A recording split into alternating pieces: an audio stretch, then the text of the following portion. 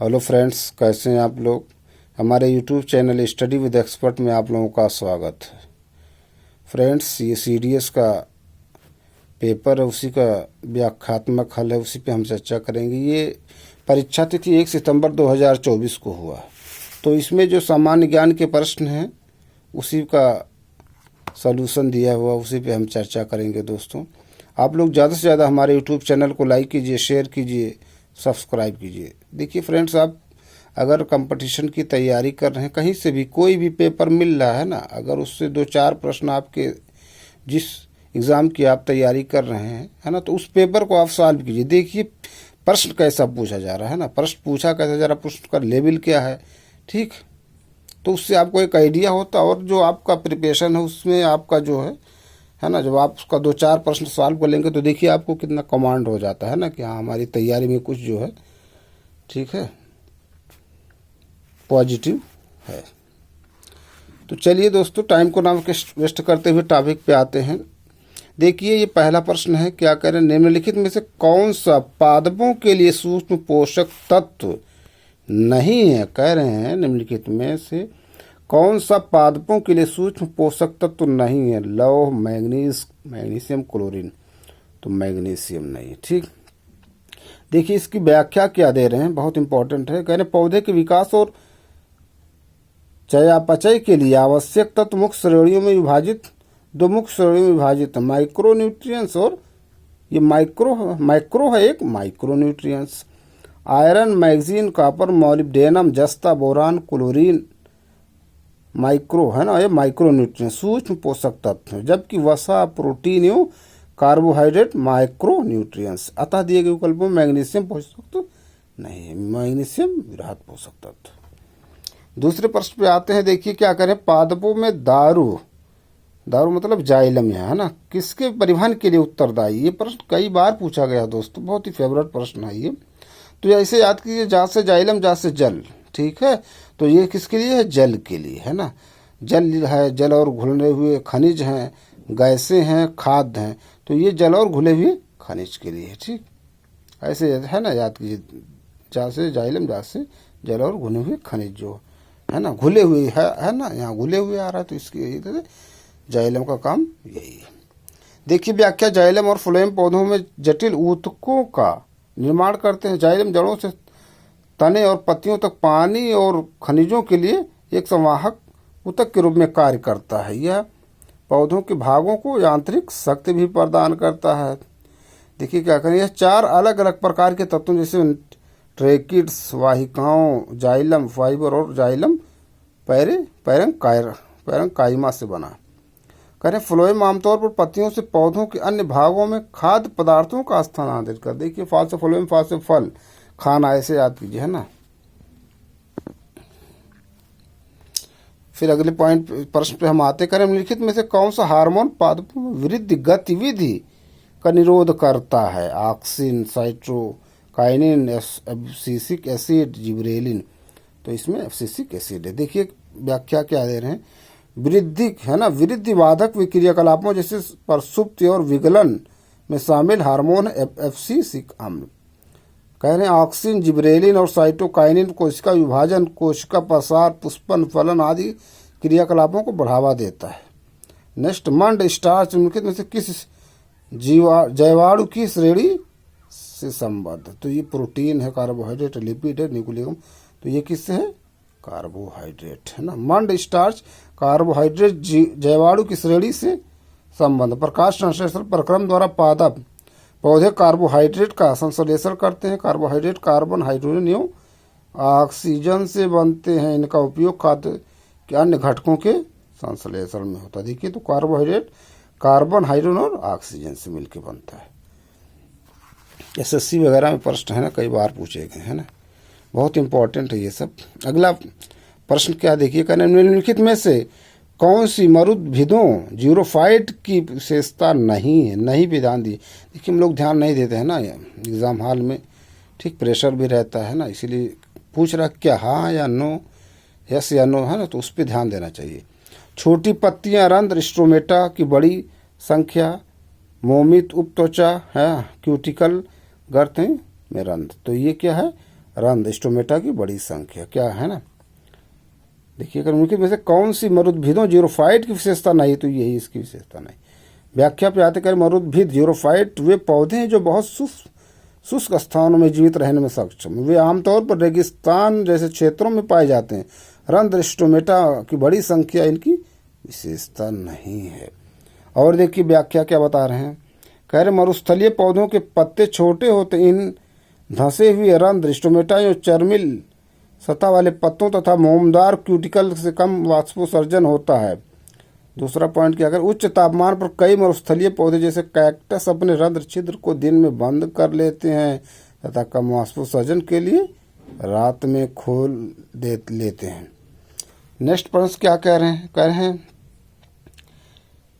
Halophyte पादप हैं जो निम्नलिखित में से किस श्रेणी की मृदा पर उगते हैं। हेलोफाइट्स अम्लीय मृदा, लवण मृदा, काली मृदा, बलुई मृदा, तो ये लवण मृदा। हेलोफाइट्स है ना लवण मृदोद्भिद ऐसे पौधे होते हैं जो खारे पानी में उगते हैं। इसका सबसे सामान्य उदाहरण मैंग्रोव है जो पूरे भारत के तटीय सीमा के आसपास काफी फैला हुआ है। जहां अधिक वर्षा के कारण भूमि की ऊपरी सतह से क्षारीय तत्व जैसे कैल्शियम, मैग्नीशियम आदि पानी में बह जाते हैं, जिसके परिणाम स्वरूप मृदा पीएच मान 6.5 से कम हो जाता है। जब कम है ना 7 से, तो ये अम्लीय हो जाता है। अगला प्रश्न कह रहे हैं निम्नलिखित में से कौन सा पादपों में संवहन पूल का भाग नहीं है। पादपों में संवहन पूल का भाग पोस, फ्लोएम, जाइलम, कैम्बियम, एंडोडर्मिस, तो ये एंडोडर्मिस देखिए नहीं। ठीक, व्याख्या पे आते हैं, क्या कह रहे हैं, जाइलम या फ्लोएम मिलकर संवहन पूल बनाते हैं। यह 3 प्रकार के होते हैं, अरीय, संयुक्त तथा संकेंद्रीय, जो पादपों में भोजन और जल के चरण में मदद करते हैं। वे आमतौर पर पिथ के आपास केंद्रों की ओर एक संवहनीय वलय के रूप में व्यवस्थित होते हैं। अंतरचश्म एंडोडर्मिस पादपों में संवहन पूल का भाग नहीं है। अगले प्रश्न पे आते हैं, निम्नलिखित में से किस माध्यम में ध्वनि की चाल अधिकतम होगी, है ना। अशुद्ध जल, समुद्री जल, पेयजल, मेथनॉल, तो समुद्री जल बहुत है ना, है सीरियस वगैरह का प्रश्न होता है, एक है ना उसका स्टैंडर्ड होता है। प्रश्न पे देखिए व्याख्या क्या कर रहे हैं, दिए गए विकल्पों में से ध्वनि की सबसे अधिक गति तरल पदार्थ जल, समुद्र जल में होती है। ठीक है ना, क्रॉनिकल की मैगजीन उसी में व्याख्या। तो अब हम लोग व्याख्या पे आते हैं। देखिए क्या कह रहे हैं, कह रहे हैं ध्वनि एक यांत्रिक तरंग है और इसके प्रसार के लिए एक भौतिक माध्यम की आवश्यकता होती है, निर्वात में संचारित नहीं हो सकती। 3 माध्यमों गैस, तरल और ठोस में से ध्वनि तरंगे गैसों के माध्यम से सबसे धीमी गति से, तरल पदार्थ के माध्यम से तेजी से और ठोस पदार्थ के माध्यम से सबसे तेज गति करती है। अब नेक्स्ट प्रश्न पे आते हैं दोस्तों। देखिए क्या कह रहे हैं, प्रकाश संश्लेषण जिसमें पादपों द्वारा प्रकाश ऊर्जा को रासायनिक ऊर्जा में परिवर्तित किया जाता है। इसमें पर्णहरित क्लोरोफिल नामक पत्तियों के हरित वर्णक का उपयोग शामिल होता है। पत्ती में क्लोरोफिल का उधारण करने वाली एकमात्र संरचना कौन सी है। केंद्रक, राइबोसोम, हरित लवक, क्लोरोप्लास्ट और क्रोमोसोम, तो इसमें हरित लवक क्लोरोप्लास्ट। व्याख्या पे आते हैं। देखिए क्या कह रहे हैं, हरित लवक या क्लोरोप्लास्ट इस प्रकार का कोशिकांग है जो सुकेंद्रिक है ना, जो सुकेंद्रिक पादप कोशिकाओं में और शैवालीय कोशिकाओं में पाया जाता है। हरित लवक प्रकाश संश्लेषण द्वारा प्रकाशीय ऊर्जा को रासायनिक ऊर्जा में परिवर्तित करते हैं, अतः पत्ती में क्लोरोफिल को धारण करने वाली एकमात्र संरचना हरित लवक क्लोरोप्लास्ट। क्लोरोप्लास्ट प्रकाश संश्लेषण के माध्यम से कार्बोहाइड्रेट को संश्लेषित करता था, प्रकृति में ऑक्सीजन और कार्बन डाइऑक्साइड का संतुलन करता है। राइबोसोम सभी जीवित कोशिकाओं में पाए जाते हैं। ये प्रोटीन संश्लेषण नामक प्रक्रिया में अमीनो एसिड से प्रोटीन को बनाते हैं। ठीक है, बहुत इंपॉर्टेंट है दोस्तों, है ना। आप सर्च कीजिए, है ना, सुसाइड बैग किसे कहते हैं, है ना, कोशिका का पावर हाउस किसे कहते हैं। ठीक, अब PRP देखिए, इसको याद कीजिए, प्यार है, PR, P से प्रोटीन, R से राइबोसोम, है ना। तो राइबोसोम का क्या कार्य है, प्रोटीन संश्लेषण। प्रश्न पूछा गया कई बार। अगले प्रश्न पे आते हैं। देखिए, निम्नलिखित में से किस धातु का भंडारण तेल में नहीं किया जाता है? Sodium, rubidium, potassium, lithium. तो रुबिडियम नहीं, सोडियम भी, पोटेशियम, लिथियम किया जाता है।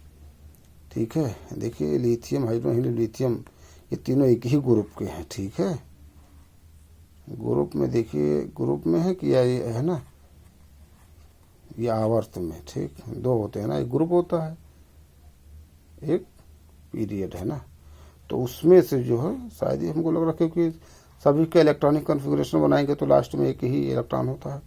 व्याख्या पे आते हैं।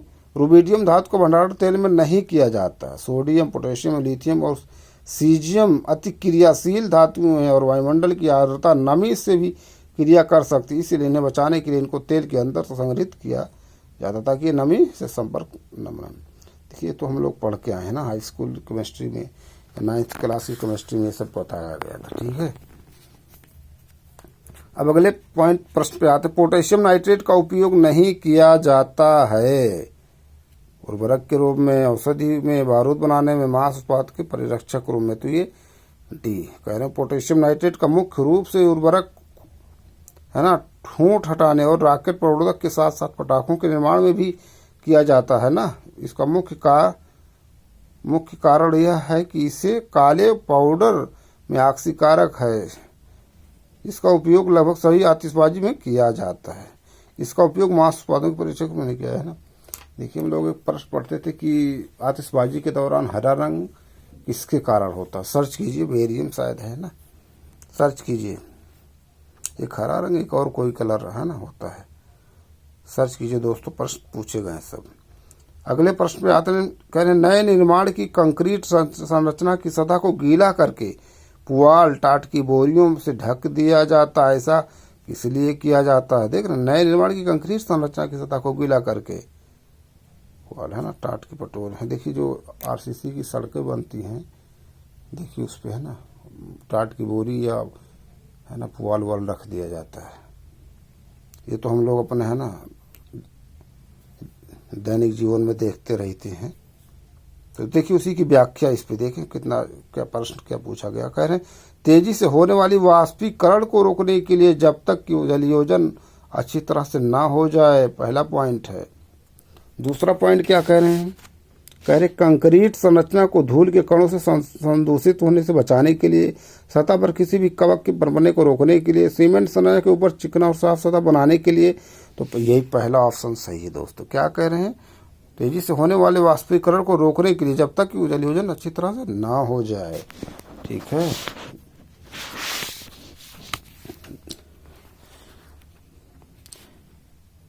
व्याख्या देखिए, नए निर्माण की कंक्रीट संरचना की सतह को गीला करके पुआल, टाट से होने वाले वाष्पीकरण पुआल, टाट की बोरियों से ढक दिया जाता है। ऐसा इसलिए क्योंकि तेजी से होने वाले वाष्पीकरण को रोका जा सके जब तक कि जलयोजन अच्छी तरह से ना हो जाए। दूसरा देखिए क्या, कंक्रीट सीमेंट, पानी और समुच्चय जैसे रेत और बजरी का मिश्रण है, जो समय के साथ कठोर होकर एक मजबूत पदार्थ बनता है। पानी का उपयोग सीमेंट को हाइड्रेट करने और कंक्रीट को सख्त करने वाली रासायनिक प्रक्रिया को सक्रिय करने के लिए किया जाता है। नेक्स्ट प्रश्न है, देखिए क्या करेंगे। कह रहे किसी तत्व के रासायनिक गुणधर्म को निर्धारित करने के लिए निम्नलिखित में से कौन उत्तरदायी है? प्रोटॉन, इलेक्ट्रॉन, न्यूट्रॉन, नाभिक। तो क्या है? इलेक्ट्रॉन। किसी तत्व के रासायनिक गुणधर्म को निर्धारित करने के लिए इलेक्ट्रॉन। शायद जो है ना, जो मॉडर्न पीरियोडिक टेबल था, हमको लग रहा है ना, देखिए इसी से संबंधित तो नहीं कुछ है ये प्रश्न, नहीं उससे नहीं थे ना। एक था परमाणु क्रमांक और एक था शायद परमाणु भार। तो देखिए व्याख्या पे करें, इलेक्ट्रॉनों का आदान प्रदान किसी अन्य तत्व के साथ किसी विशेष तत्व की प्रतिक्रिया के दौरान होता है। इलेक्ट्रॉनों की संख्या एक परमाणु के रासायनिक गुण के लिए जिम्मेदार होता है। परमाणु के भौतिक गुण नाभिक में प्रोटॉन और न्यूट्रॉन की संख्या से निर्धारित होते हैं, है ना। परमाणु के भौतिक गुण, नाभिक में प्रोटॉन और इलेक्ट्रॉनों की संख्या समान होती है। नेक्स्ट, निम्नलिखित में से किसका उपयोग कागज के विरंजन में किया जाता है? Chloride, chlorobenzene, ammonium chloride, hydrochloric अम्ल। तो यह है क्लोराइड। व्याख्या देखिए क्या कर रहे हैं।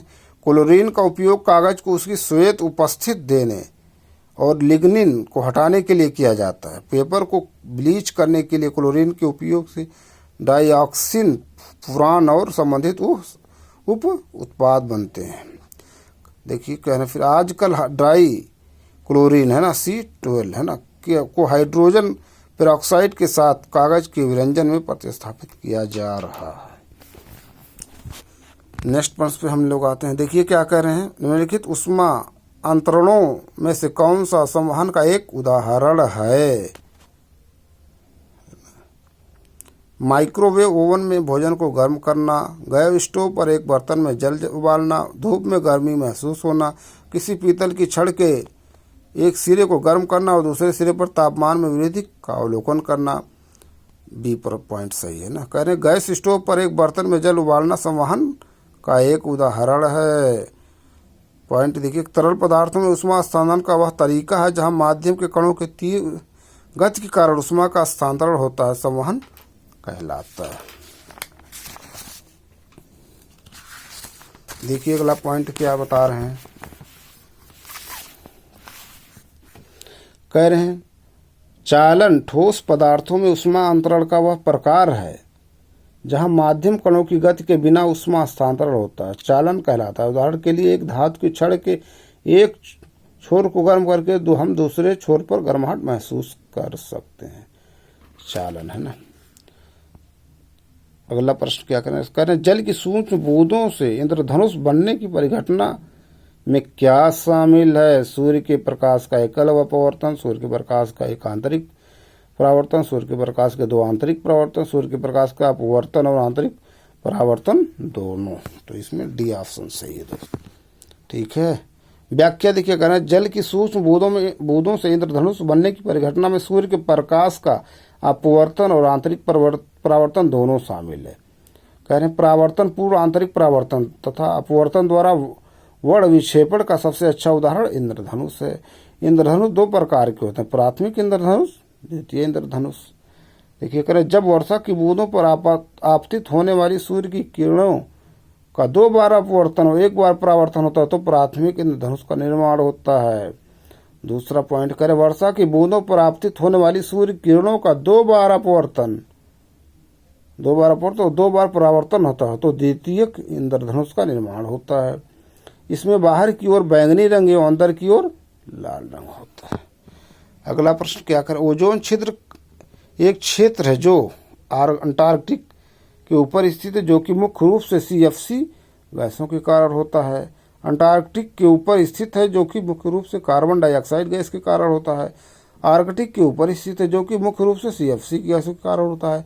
आर्कटिक के ऊपर स्थित है जो कि मुख्य रूप से कार्बन डाइऑक्साइड गैस के कारण होता है। तो ये अंटार्कटिक पे है। ठीक है, आर्कटिक अंटार्कटिक देखिए दोनों, अंटार्कटिक किधर है और आर्कटिक किधर है ना। प्रश्न ये पूछ लिया गया था सुपर टेट में दोस्तों। ठीक, किसी भी प्रश्न को अगर आप हल्के में लेंगे तो एग्जाम हॉल में वो आपको भी हल्का कर देता है। ठीक है, सोचते हैं बहुत इजी और इजी में वो थोड़ा सा अगर है ना माइंड डाइवर्ट हुआ, कंफ्यूज हुए तो प्रश्न गलत हो जाता है। तो व्याख्या देखिए कह रहे ओजोन छिद्र एक क्षेत्र है जो अंटार्कटिक के ऊपर स्थित जो कि मुख्य रूप से CFC गैसों के कारण होता है। कह रहे ओजोन वायुमंडल की समताप मंडल परत में पाई जाती है ना। ओजोन कहाँ, समताप मंडल में पाई। अब देखिए ओजोन दिवस कब मनाया जाता है, सर्च कीजिए। यह सूर्य से आने वाली पराबैंगनी UV विकिरण से पृथ्वी की सदा की रक्षा करती है। फिर कह रहे अंटार्कटिक ओजोन छिद्र की खोज 1985 में ब्रिटिश अंटार्कटिक सर्वेक्षण के वैज्ञानिकों फार्मन, गार्डिन और संकलिन ने की थी। नेक्स्ट प्रश्न पे आइए, निम्नलिखित में से कौन से वर्ष 2023 में भारतीय अंतरिक्ष अनुसंधान संगठन के प्रमुख मिशन है। 2023 में चंद्रयान 3, सौर मिशन आदित्य 11, तरल ईंधन चालित रॉकेट, सौर ऊर्जा चालित रॉकेट। तो पहला तो दूसरा तो है ना। अब तीसरा उसमें देखिए इस पे पहला दूसरा ही बता रहे हैं केवल। ठीक है, बहुत इम्पोर्टेंट है ये। ठीक है, कब पहुंचा, ठीक है, इसी की हमको लग रहा है जब जिस दिन पहुंचा था लैंड किया उसी दिन में एक दिवस भी मनाया जाता है। देखिए व्याख्या पे आते हैं। कहने चंद्रयान 3 और सौर मिशन आदित्य 11 वर्ष 2023 में भारतीय अंतरिक्ष अनुसंधान संगठन के प्रमुख मिशन हैं। फिर देखिए क्या करे, चीन की एक निजी अंतरिक्ष कंपनी ने 12 जुलाई 2023 को दुनिया के पहले मीथेन लिक्विड ऑक्सीजन रॉकेट के कक्षा में लॉन्च किया। अगले प्रश्न में हम लोग आते कह रहे हैं, जरादृष्ट प्रेसबोपिया से पीड़ित व्यक्तियों के लिए निम्नलिखित में से कौन